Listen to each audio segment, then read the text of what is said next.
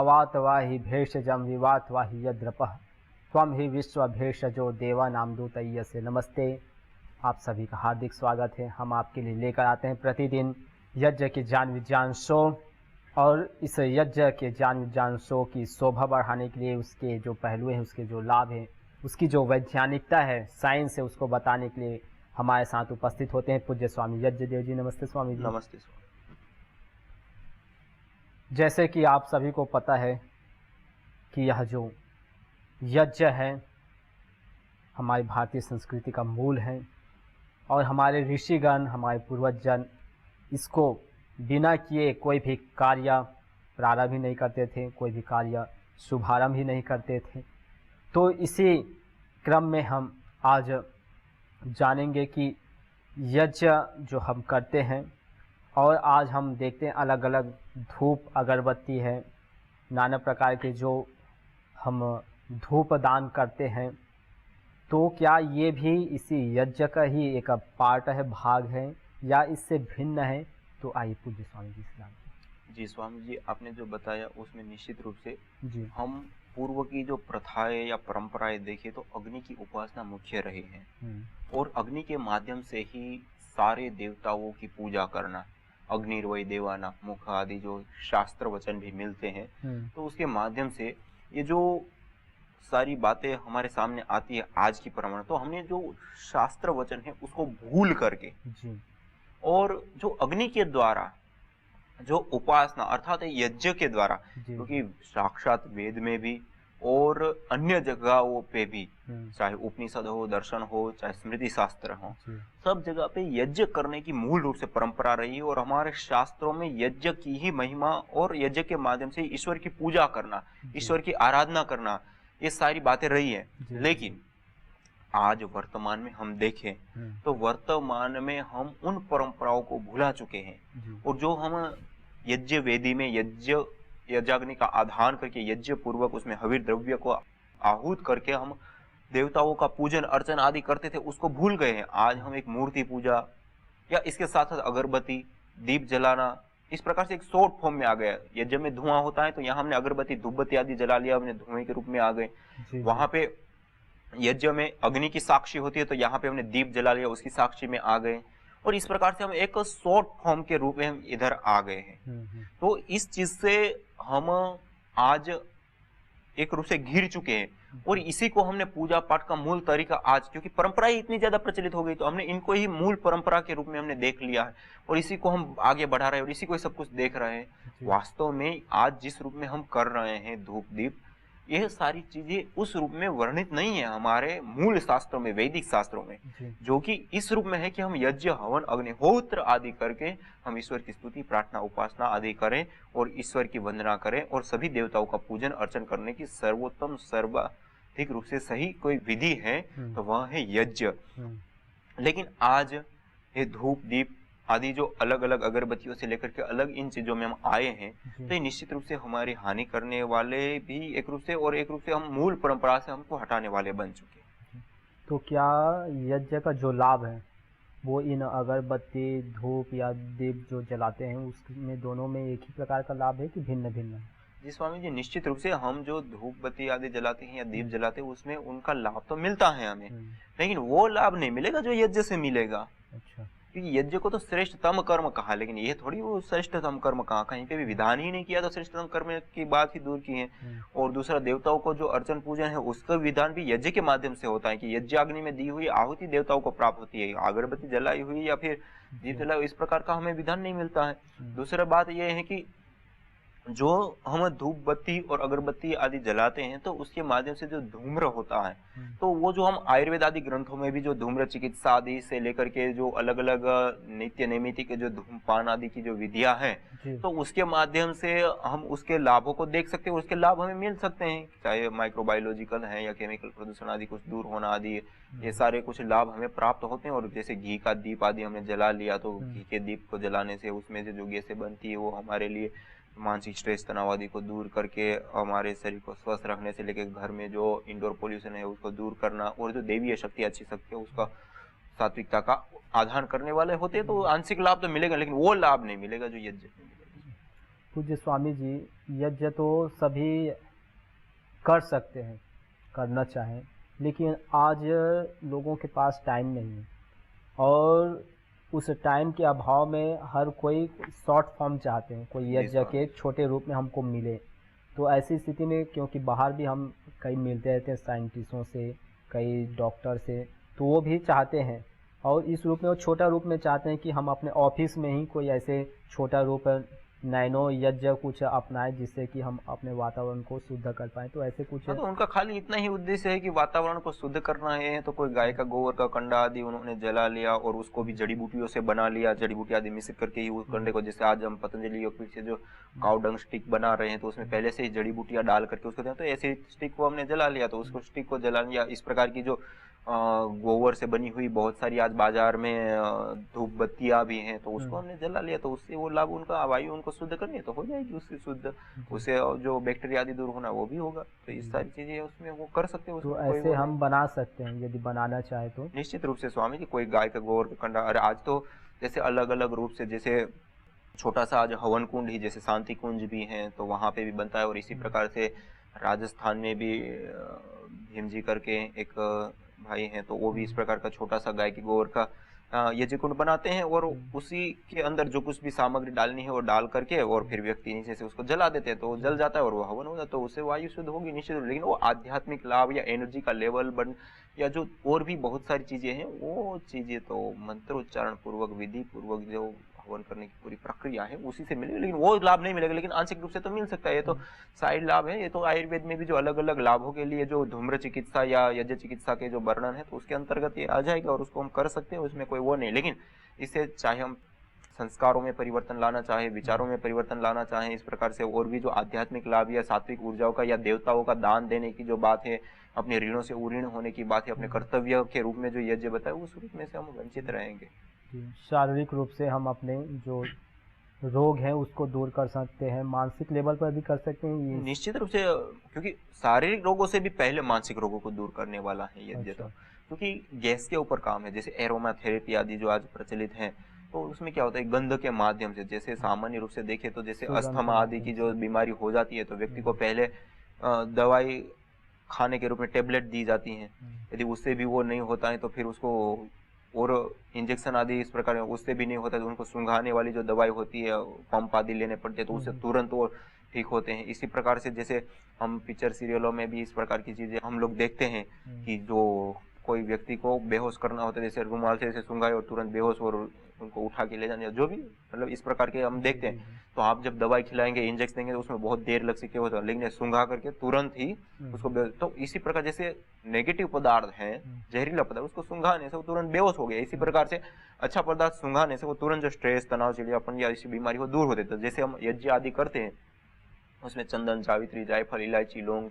इस प्रकार की अलग ब्राह्मी, शंखपुष्पी आदि और भी बहुत सारी जड़ी बूटियां हैं जो सुगंधित होती है, पुष्टिकारक होती है, बुद्धिवर्धक, मति देने वाली होती है। तो ऐसी जड़ी बूटियों का जब हम होम करते हैं, उससे बनने वाली जो गैसें हैं उसको हम धारण करते हैं, उसकी जो सुगंध है उससे वो परफराल, जैसे चंदन आदि होते हैं उसमें परफराल नाम के तत्व आदि होते हैं, तो वो सौमनस्यकारी होते हैं, मन को आह्लादित करने वाले होते हैं, प्रसन्न करने वाले होते हैं, तो उसको लेते हैं, तो उससे स्ट्रेस, तनाव आदि बहुत जल्दी से दूर हो जाते हैं और निश्चित रूप से मानसिक रोगों को वो दूर करता है। और सामान्य आज की जो लाइफ है, उस लाइफ में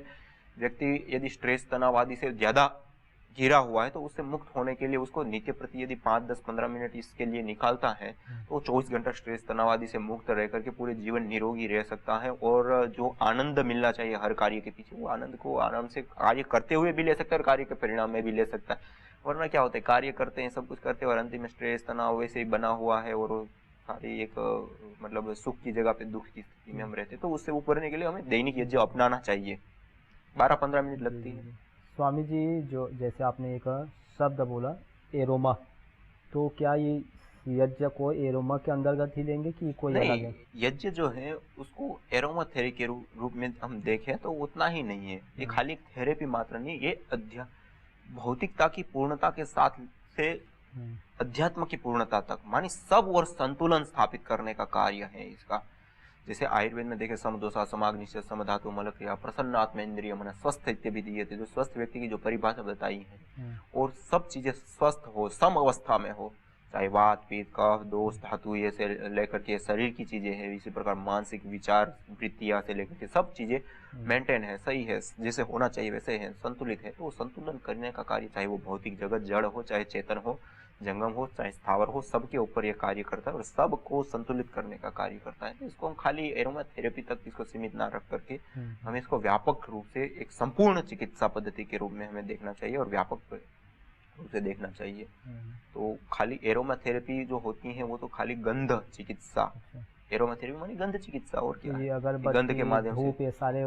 एरोमा थेरेपी के अंतर्गत है। उसके अंतर्गत हम ले सकते हैं उसको आराम से, क्योंकि गंध चिकित्सा के धूम्र चिकित्सा को तो आयुर्वेद ने भी इस चीज को माना है कि जो है सुगंधित पदार्थों को डालने से स्ट्रेस तनाव आदि से लेकर के से संबंधित बीमारियां और भी ऐसी जो बीमारियां हैं उसको हम दूर कर सकते हैं और इस प्रकार के बहुत सारे लाभ उसमें बताए गए हैं। तो इसको हम अगरबत्ती या धूपबत्ती आदि को हम इस रूप में ले सकते हैं। जो अगरबत्ती बनती है स्वामी जी, क्या वैसे ही है और कोई दूसरी प्रकार के हम बत्ती तैयार करके रोगों को निदान कर सकते हैं? जी स्वामी जी, निदान कर सकते नहीं है, अभी हो ही रहा है और शास्त्रों में भी विधान है कि जिस प्रकार के हमें द्रव्यों की आवश्यकता होती है, तत्वों की आवश्यकता होती है, उस प्रकार के जो द्रव्य होते हैं, जड़ी बूटियां होती हैं, उन जड़ी बूटियों का मिश्रण करके और उस मिश्रण को मिश्रित करके, चाहे वो गूगल है या गोबर है या इस प्रकार के जो द्रव्य होते हैं उसके साथ उसको अच्छी तरह से मिक्स करके उसको एक वर्ती बना देते हैं या एक स्टिक बना देते हैं छोटी सी, और उसको हम जलाते हैं, उसके जो धुआं निकलता रहता है तो वो धुआं हमको उस प्रकार का लाभ प्रदान करता है। और जैसे आयुर्वेदिक यत् प्रोक्तम यस्य रोगस्य भेषजम तस्य रोगस्य शांतार्थम तेन होम यत्, तो इसी प्रकार से उन्हीं रोग के शांत करने के लिए जो जड़ी बूटियां होती है उन जड़ी बूटियों को मिश्रित करके हम धूपबत्ती बना सकते हैं। और अगरबत्ती का ऐसा है कि अगर नाम की एक औषधि होती है, पेड़ होता है, उसकी जो लकड़ी, उसका जो तेल, उसमें से तेल भी निकलता है, तो वो जो है उससे बनी हुई जो बत्ती होती है उसको अगरबत्ती कहा जाता है। कि आज हम बाजार में देखें तो वो अगरबत्ती के नाम पे पता नहीं क्या क्या चीजें मिश्रित करके और किस चीज का लेप तैयार किया जाता है और किस प्रकार से बनाया जाता है हम नहीं जानते हैं, और हम नहीं कह सकते कि वो अगरबत्ती मानी अगर नाम की लकड़ी, अगर नाम का तेल, अगर के जो पेड़ से निकला हुआ जो तेल है उन चीजों का जो प्रयोग करके जो बने, क्योंकि अगर की जो धूम्र होती है वो अस्थमा, लंस आदि बीमारियों से दूर करने के लिए, स्ट्रेस तनाव आदि को दूर करने से लेकर के अलग अलग प्रकार के लाभों को प्रदान करता है। इसलिए वो पुरातन हमारी शास्त्र विधि से ही ये अनुप्राणित है और वो हमारे लिए हितकारी है। लेकिन जो वर्तमान में जिस रूप में प्रचलित है कि अगरबत्ती के नाम पे जहरीले केमिकलों में, जैसे अलग अलग सुगंधों के लिए अलग अलग परफ्यूम्स में उसको डाल करके और उसको वो किया जाता है, तो इससे हमें बचना चाहिए। अगरबत्ती के नाम पे हमारे लिए धोखा है, तो इससे हमें बचना चाहिए और सही जो अगरबत्ती है उसकी ओर हमें आना चाहिए। तो शुद्ध स्वरूप यदि कोई पाना चाहते तो कैसे मिलेंगे उनको? शुद्ध स्वरूप आज जैसे स्वामी जी ने बाजार में आस्था पूजा प्रोडक्ट्स के नाम से जो परम पूज्य स्वामी श्रद्धेय स्वामी जी ने हर क्षेत्र में जो कीर्तिमान स्थापित किया है, और हर क्षेत्र में चाहे खाने पीने के सामानों से लेकर के दवाइयों से लेकर के जो सब लूट चल रही थी और जो एक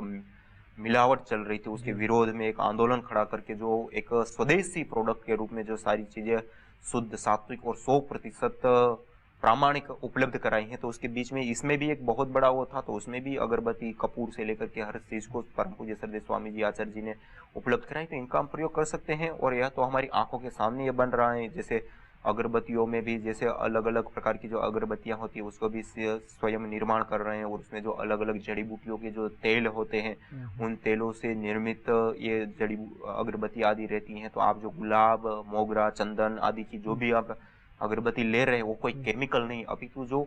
हमारी जड़ी बूटियां हैं उन्हीं जड़ी बूटियों के तेलों से निर्मित जो इत्र होते हैं उससे माध्यम से वो निर्मित किया हुआ पूरा शुद्ध है, प्रामाणिक है, किसी प्रकार का हानिकारक नहीं है, तो इसको हम यूज कर सकते हैं। स्वामी जी, एक हम और सुनते हैं, एक भ्रांति, एक विचार ऐसे बनी हुई है हमारे मन में कि जो अगरबत्ती बनती है उसमें बांस का तो प्रयोग होता है, कोई ऐसे और लकड़ी हमको नहीं मिलता है जिससे कि उस प्रकार से, क्योंकि वो बहुत ही मुलायम होता है और उस प्रकार से उसको काटने छीलने में वो डिजाइन उस प्रकार से वो बन जाता है, तो इसका इसलिए उससे बनाते हैं। तो एक भ्रांति होती है कि इसमें अधिक टॉक्सिक होता है, जहरीले होते हैं। हम गांव में जब देखते हैं या किसी के जब शौक उसमें ले जाते हैं तो उसको उसके साथ जलाते नहीं हैं, उसको अलग ही साइड में रखते हैं और जलाते हैं। तो ऐसी स्थिति में अगरबत्ती में भी तो टॉक्सिक बनता ही होगा, तो फिर उससे तो ना हम बोल रहे हैं कि वातावरण शुद्ध होता है। शास्त्रों में कहा गया है कि अगर के नाम अगरबत्ती, अगर रूपी जो जड़ी है उससे तैयार होता है, वातावरण शुद्ध होता है। तो ऐसे में तो उल्टा वातावरण अशुद्ध हो रहा है, हमारे शरीर पर उसका बेड प्रभाव पड़ रहे हैं। तो क्या इस पर आप? जी स्वामी जी, निश्चित रूप से जैसे आपने अगरबत्ती, अगरबत्ती मानी अगर की जड़ी बूटी से बनी हुई बत्ती होती है, उसी को अगरबत्ती कहते हैं। और दूसरा आपने खास करके बांस के ऊपर बताया जी। तो जो बांस का प्रयोग है वो सामान्य रूप से नहीं किया जाता, चाहे बांस है, एरंड है। आयुर्वेद में भी जो भोजन आदि पकाने की जो विधियां हैं तो वहां पे भी इस प्रकार की चीजों का वर्णन है कि जैसे ये एरंड आदि की जो लकड़ी है तो उसके ऊपर भोजन ना पकाना और इस प्रकार के। और हम गाँव में भी देखें तो ये इस प्रकार की प्रथाएं हैं कि इसको नहीं जलाते हैं। और भगवान ने भी उसको इस रूप में बना रखे कि बीच में ऐसी गांठें बना रखी हैं, उसके अंदर पूरा पैक होता है, उसको यदि हम चूल्हे में जलाते वो फूटता है। फूटता है तो वो जो भी पात्र आदि रखा है वो सारा वो हो जाता, तो इसलिए वो गाँव में भी नहीं जलाते हैं उन चीजों को इस रूप में। और एक रूप से हम देखें तो हम उसको अवॉइड कर सकते हैं, लेकिन वास्तव में जितना इसको जहरीला देखा गया है और जिस रूप में देखा गया है वो वास्तव में गलत चीज है। अच्छा। क्योंकि बांस का प्रयोग जितना हानिकारक मान लो है भी, वैसे तो है ही नहीं, लेकिन मान लो कि हम मान रहे हैं कि हो, तो उतना नहीं है जितना कि उसमें जहरीले केमिकल डाल करके जो उसका धुआं, जैसे आज डीएनए टेस्ट आदि में जो कुछ ऐसी वीडियोस प्रचलित हैं तो उसमें उन्होंने क्या किया, बाजार में कोई भी अगरबत्ती उठाई है और उन्होंने जो कोई जिन्होंने रिसर्च की उन्होंने उस धुएं को देखा, एनालाइज किया, जो भी किया, पार्टिकल बढ़ गए। तो वो पार्टिकल बढ़ गए तो उन्होंने कहा प्रदूषण बढ़ गया, सिगरेट से भी 1.5 गुना ज्यादा वो प्रदूषण बढ़ गया, अर्थात पार्टिकल बढ़ गए। वैसे सामान्य रूप से देखो तो हर चीज को रॉ मटेरियल कोई भी जलाते हैं तो पार्टिकल जलते हैं, बढ़ते हैं। तो पार्टिकल बढ़ना मात्र प्रदूषण नहीं होता है, वो पार्टिकल का रॉ मटेरियल क्या है वो मायने रखता है। पहली बात तो जैसे हम यज्ञ करते हैं, यज्ञ में भी तो बहुत पार्टिकल बढ़ते हैं, तो जबकि हमने तो बंद हॉल में यज्ञ करके और पूरा धुएं में लोगों को रख करके और पार्टिकल का लेवल जैसे आज दिल्ली में 800-900 तो हमने 1200, 1500, 3000 तक के पार्टिकल में लोगों को रख करके देखा। तो उनकी लंग्स की कैपेसिटी बढ़ी, उनका तो स्वास्थ्य बढ़ा, उनके तो रोग दूर हुए। तो वो पार्टिकल बढ़ना मात्र हानिकारक नहीं होता है, अपितु वो पार्टिकल किस चीज से बढ़े हैं वो मायने रखता है। और वहां पे जो वो अगरबत्ती वहां जला रहे, वो अगरबत्ती के नाम पे धोखा जला रहे। मतलब अगरबत्ती मानी अगर नाम से जड़ी बूटी से बनी हुई बत्ती को जलाओ आप देखो क्या आता है रिजल्ट। आपका रोग भी ठीक हो जाएगा, लंग्स की कैपेसिटी बढ़ेगी और भी मानसिक स्ट्रेस तनाव आदि दूर हो जाएगी। जबकि आपने तो बाजार में उपलब्ध किस चीज से वो बनी है, उसमें कौन सा तेल प्रयोग, आज तो वो जो रोड आदि बनाने में वो चीजें प्रयोग होती है उन चीजों को भी उसमें मिला देते हैं। या थर्ड क्वालिटी की चीजों को मिला देते हैं कि सस्ते सस्ते में बने और उसके साथ साथ वो सुगंधित हो। उसके लिए जो जहरीले केमिकल होते हैं उसका मिश्रण करके उस जो सुगंधित है उससे उसको युक्त करके और फिर वो बाजार में लाते हैं, खाली सुगंध के नाम पे कुछ भी बेच देते हैं। तो इसको अगरबत्ती थोड़ी, इसके पैमाने बनने चाहिए और उसके ऊपर काम होने। तो इस सुगंध मात्र देने से ये चीज नहीं, उसको बनाया कैसे गया है कि आप हम भोजन लेते हैं तो भोजन हमने घर में सात्विक रूप से सही तरीके से हमने बनाया और उसको हम खा रहे हैं, और एक बाजार में जिसमें मतलब कुछ भी डाला गया है और हमें पता भी नहीं और केमिकल आदि का भी प्रयोग, और उस भोजन को हम लाएंगे तो इसमें अंतर नहीं होता है। ये भी भोजन है, वो भी भोजन है। इस भोजन को करेंगे तो हमें स्वास्थ्य और शक्ति और एनर्जी मिलेगा, और उस भोजन को करेंगे तो रोग मिलेगा, दुख मिलेगा, कष्ट मिलेगा, नहीं अंतर है। इसी प्रकार अगरबत्ती में अंदर, तो अगरबत्ती जिस तरीके से जो बनानी होती है इस प्रकार से बना करके उसका हम प्रयोग करेंगे तो वो लाभकारी है, वो हानिकारक नहीं। और जिस रूप में वहां पे बना करके जो यूज करते हैं या जो बाजार में उपलब्ध होती है सामान्य ब्रांडों के नाम पे, तो वो हम लेंगे तो हानि होगी, क्योंकि वो विधिवत बनाया नहीं गया, जिस तरीके से होना चाहिए वो नहीं है, तो इसलिए हानि भी हो सकती है। और बांस की लकड़ी की बात है तो बांस की लकड़ी ऐसी हानिकारक नहीं होती। और यहाँ तक कि आप कई सारे ऐसे राज्य हैं जहां पे आप ग्रामीण लेवल पे जाएंगे तो कई सारे ऐसे जैसे टाइफाइड से लेकर के अलग अलग प्रकार के बुखार होते हैं या इस प्रकार के रोग होते हैं, उन रोगों को ठीक करने के लिए बांस की लकड़ी जलाते हैं। अच्छा। बांस की लकड़ी जला करके उसकी ताप, जो उसकी आग होती है उसका ताप उनके शरीर को देते हैं, उसका जो धुआं होता है वो उनके शरीर को देते हैं, तो उससे वो व्यक्ति ठीक हो जाता है। वो रोग जो असाध्य कोटि का होता है वो असाध्य कोटि के रोग से वो बाहर आ जाते हैं बांस की लकड़ी के धूप और ताप से। तो आप ऐसे नहीं कह सकते कि वो हानिकारक है। हानिकारक जो चीज है उसके ऊपर हमें ध्यान देना चाहिए और उसके ऊपर हमें काम करना चाहिए और उस चीज को हमें लाना चाहिए। और ऐसे करके हम जो अपनी परंपराओं में जो प्रचलित जो अच्छी परंपराएं हैं और जो हमें लाभ देने वाली, उसके ऊपर उंगली उठाना इस रूप में ये एक बहुत बड़ा अपराध है और इस प्रकार का काम हमें नहीं करना। तो बांस की लकड़ी का हमें यदि हम जलाते हैं तो इस प्रकार का कोई हानिकारक नहीं होता है। और उल्टा की वो बुखार आदि जो ऐसी चीजें होती है जो असाध्य कोटि के रोग होते हैं उसको हम परंपरा में देखते हैं, वो लकड़ियों को जलाते हैं और उसका जो ताप है उससे वो ठीक भी होते हैं। तो वो बांस की लकड़ी हमारे रोगों को भी ठीक करने वाली होती है, लेकिन अधिक मात्रा में डेली हम जलाते हैं तो सामान्य रूप से नहीं जलाना चाहिए हमें। और दूसरी बात, मूल बात यह है कि जिस विधि से, जिस तरीके से, जिन द्रव्यों से हमें अगरबत्ती बनानी चाहिए और जिस दिन, तो आप पतंजलि की जो परम पूज्य श्रद्धेय स्वामी जी महाराज के माध्यम से जो उपलब्ध हैं, तो उसका हम चयन करें और आप देखिए उसका प्रभाव और लाभ निश्चित रूप से आपको मिलेगा, क्योंकि जड़ी बूटियां हैं उसमें, अलग अलग जड़ी बूटियों से वो निर्मित है, वो धोखा नहीं, अभी तो सही है। और जबकि इसी के नाम पे जो लोग पैसा कमाने के लिए कंपनियां खड़ी करते हैं, उसको आप देखें तो उसको आप लेंगे तो आपको हानि भी हो सकती है, क्योंकि स्वार्थ के नाम पे उसके ऊपर तो कोई पैमाने आज बने नहीं है भारत सरकार के माध्यम से कि आप यदि इस प्रकार की प्रोडक्ट बनाते तो उसमें ये केमिकल निकलने, ये चीजें होनी चाहिए और इतनी मात्रा में, तो ऐसा कुछ है नहीं, आप कुछ भी बनाओ और बेचो, ऐसा है। तो ये अभी शुरुआती तौर पे, तो इसमें भी आपके कानून आदि बनेंगे तो फिर उसके बाद कंट्रोल होगा, लेकिन अभी तो नहीं है, तो कोई भी कुछ भी बेचता है। इस प्रकार कपूर के नाम पे भी इस प्रकार का धोखा चल रहा है कि कपूर में भी अलग अलग चीजें मिला करके लोग वो करते हैं, तो उससे भी हमें बचना चाहिए और वो करना चाहिए। तो इस प्रकार से हम इन कई सारी बातें हैं उसके ऊपर ध्यान देना चाहिए और हमें यथार्थता की ओर ध्यान देकर के उसको यथार्थ रूप में अपनाना चाहिए। खाली अगरबत्ती एक ही यही सिर्फ नहीं है जो अगरबत्ती है या कपूर है, और नाना प्रकार के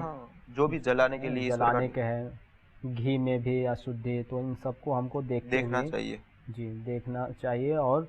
उसका सही सही उपयोग लेना चाहिए, जो गलत भ्रांति है उससे रहित होकर के। जी जी जी। तो स्वामी जी ने बहुत ही सुंदर हमको जो अपने ऋषि ज्ञान उससे अवगत कराए कि जो हम आज देखने को मिलता है या स्वयं प्रयोग करते हैं घर में, जो अगरबत्ती है, धूप हम दानी लगाते हैं, दीप लगाते हैं, तो उसका एक पार्ट है, हम उसको पूर्ण रूप से अग्निहोत्र यज्ञ है ऐसे नहीं कह सकते, क्योंकि यज्ञ का तो आत्मिक उन्नति के साथ साथ संपूर्ण विकास का ये मार्ग है। हम धूप दानी से, अगरबत्ती से अपने शारीरिक कष्टों को दूर कर सकते हैं, अपने मानसिक तनाव को, डिप्रेशन, स्ट्रेस को हम दूर कर सकते हैं, लेकिन जो आंतरिक और गहराई चाहिए, जो अंतःकरण की जो पवित्रता चाहिए, वो इस धूपदानी से नहीं हो सकती। तो इसलिए यज्ञ का तो एक पार्ट है, लेकिन हम पूर्ण रूप से उसको यज्ञ नहीं कह सकते। तो इसलिए यज्ञ के जो पूर्ण लाभ है वो यज्ञ करने से हमको प्राप्त होगा। तो इसलिए हम यज्ञ से जुड़े, अपने भारतीय ज्ञान से जुड़े और इस ज्ञान को हम आगे बढ़ाएं, और सभी को सिर्फ अपने स्वार्थ के लिए नहीं, अपने लाभ के लिए नहीं, बल्कि क्योंकि इसको कहा गया यज्ञो वै श्रेष्ठतमम कर्म, यज्ञ सर्वश्रेष्ठतम कर्म है। हम इसमें देने का काम करते हैं, लेने का काम नहीं करते। तो हम यज्ञ के माध्यम से सबको दें, चाहे वह मनुष्य हो या इतर प्राणी जगत हो, चाहे वनस्पति जगत, सबको हम देने का कार्य इस यज्ञ के माध्यम से करें। तो आप ऐसे ही जुड़े रहें, दीजिए हमको अनुमति। सबको नमस्ते।